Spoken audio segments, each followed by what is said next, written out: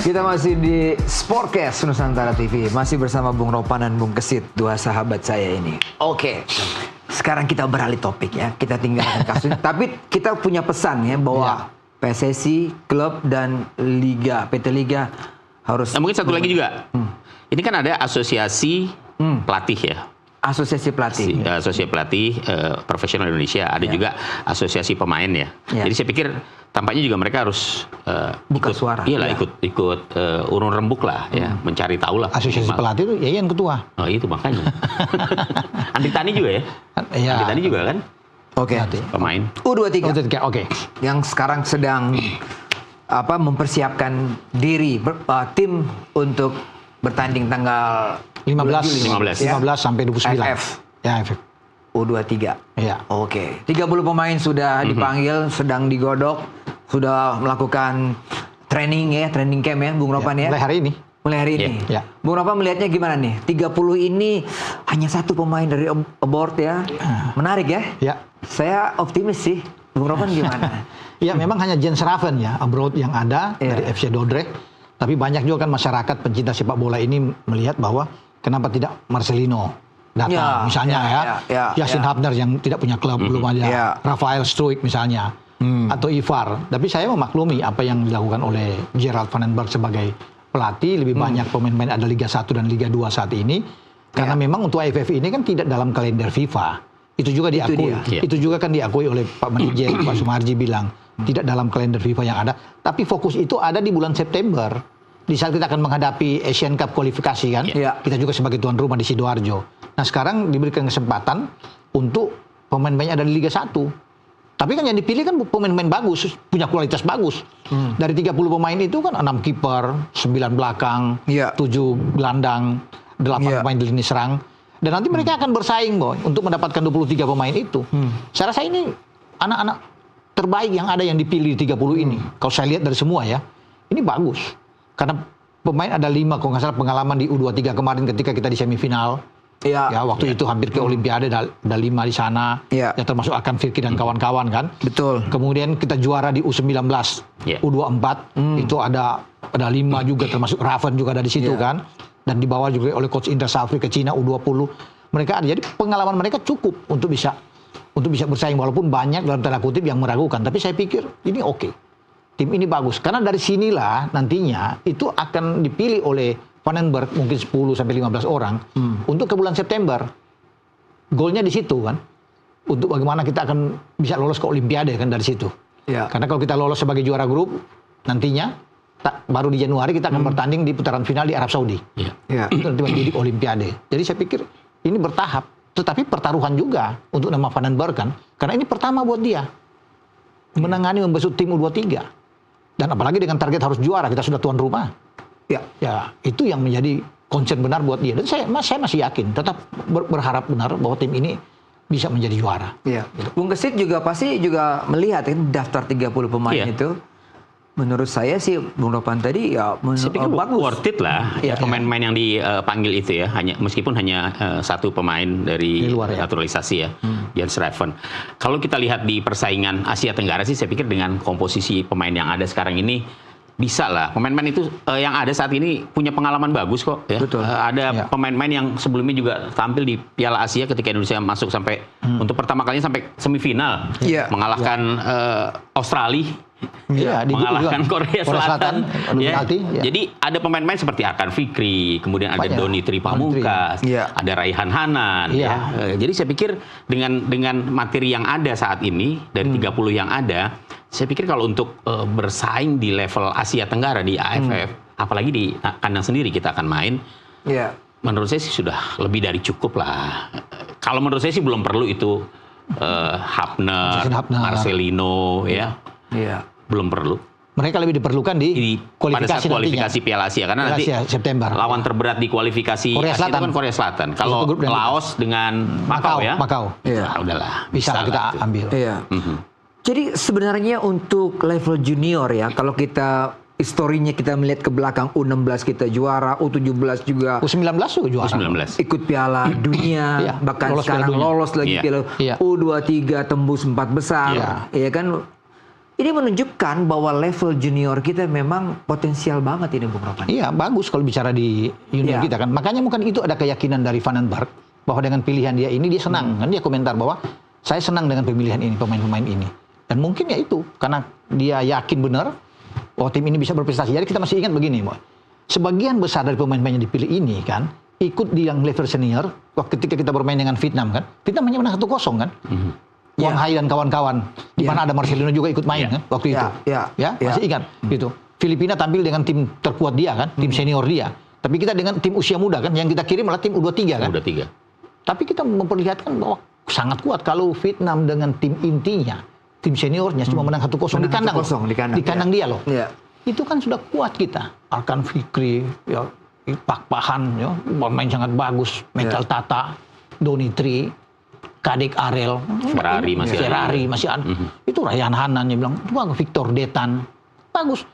Jadi bisa terukur bahwa kita bisa bersaing memang. Untuk target juara ya bisa. Apalagi kita tuan rumah kan. Bermain di GBK lagi. Pasti akan dukungan penonton itu datang.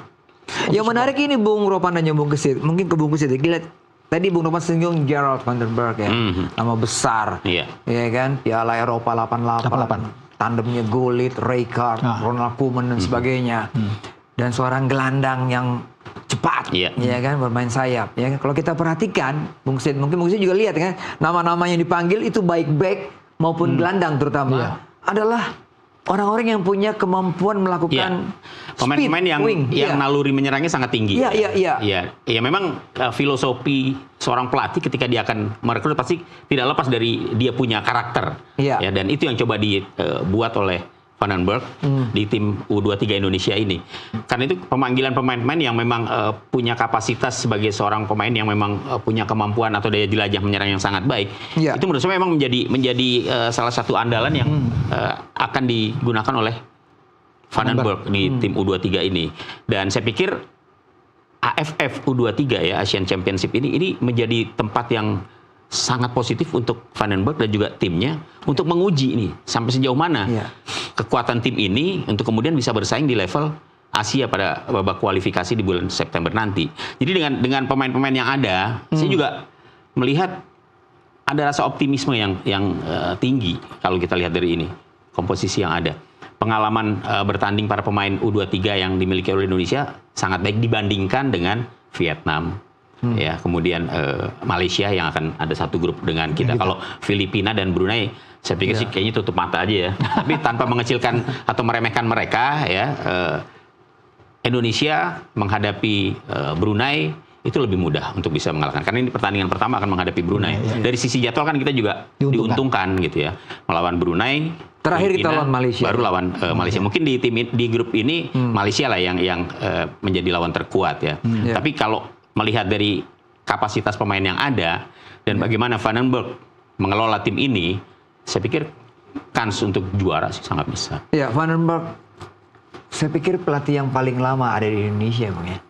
Karena frekuensi dia nonton Liga 1, ketemu dengan pelatih-pelatih di Semarang. Dan dia kan ikut terus kan? Sama Patrick Kluivert ya, ketika Patrick Kluivert dan juga dia datang sendiri juga ke daerah-daerah, ke memantau sendiri juga, ke Persib dia juga dia datang lihat. Karena dia berpikir tugas dia nggak mudah. Tugasnya karena ini kan pertaruhan dia pertama kali di AFF. Kalau dia juara kan bagus, tapi kalau dia gagal kan pasti akan menjadi sorotan. Untuk bisa melihat. Karena setelah ini pertaruhan buat dia. Karena setelah ini bulan September. Bulan September ada SEA Games juga. Harus diingat kita di SEA Games juga kan dengan tim muda. Jadi ini 3 rangkaian yang penting yang buat dia lalui. Tapi kalau lihat dengan beberapa pemain yang sudah pernah bermain di level senior seperti Hoki Caraka, pernah ada ya, Dimitri Arkan Fikri. Saya sih yakin dengan kekuatan ini. Kalau di belakang saya lihat itu bagus-bagus kan, Ferrari, Kakang Rudianto, Kadek Arel kan. Itu pemain-pemain yang bagus, boy. Itu Donitri di sayap, Felice Buffon. Itu kan pemain-pemain yang punya pengalaman. Yang punya jam terbang. Jam terbang mereka sudah teruji di Liga 1. Mereka tampil di level Liga 1 kan kompetisi kuat. kasta tertinggi. Jadi saya pikir saya yakin sih dengan kekuatan yang ada ini. Cuma jangan terlalu overconfidence juga. Ya, itu pasti. Tetap kalau mungkin bilang tadi Filipina sama Brunei itu tutup mata, saya pikir tidak juga ya, ya. Jangan juga menganggap enteng lah. Iya kan? Namanya sepak bola kan, walaupun di atas kertas karena kita lah, iya kan? Filipina juga syarat pemain-pemain naturalisasi di situ. Betul. Justru kita tetap kita fokus, kalau kita bisa hajar 5-6-0 lebih bagus, ya kan? Oh iya. Itu penting, tapi tetap harus fokus untuk bisa karena nantinya kalau sama-sama poin dengan Malaysia nantinya terakhir kan ke Malaysia lebih banyak gol kan, Malaysia juara grup, misalnya sama-sama dapat 7 poin. Ya, di sana sudah ada Vietnam dan Thailand yang menunggu ya. Itu dia akan jadi juara grup, akan lihat. Tapi kita tidak boleh memilih juga siapapun kita lawan, kita di babak selanjutnya kita hadapi, mau Thailand mau Vietnam, itu harus kita kalau kita merasa bahwa tim kita memang kuat, seharusnya tidak perlu gelisah, tidak terlalu worry juga menghadapi lawan berikutnya, apakah itu Vietnam atau Thailand. Kalau Bung Ropan tadi singgung kita harus buat gol sebanyak-banyaknya supaya poin kita itu bisa melebihi Malaysia ya. Karena terakhir dengan Malaysia. Terakhir kita lawan Malaysia. Berarti kita mengandalkan nama James Raven di situ. Oh iya dong. Iya kan? James dan Raven. Hoki Caraka. Dua ini belum pernah tandem kan? Belum. Menarik ini Bung Ropan. Coba Bung Ropan jelaskan seperti apa. Kalau dua itu main kan bisa aja dengan pola 4-4-2 lah. Karena kan pakai 2 striker sekaligus. Oke. Iya kan akan bermain. Karena hampir sama ya posisi. Nomor 9 siapa? Raven ya? Raven 9. Raven 9. Saya lebih condong ke Raven. Ke Raven ya. Ya kan?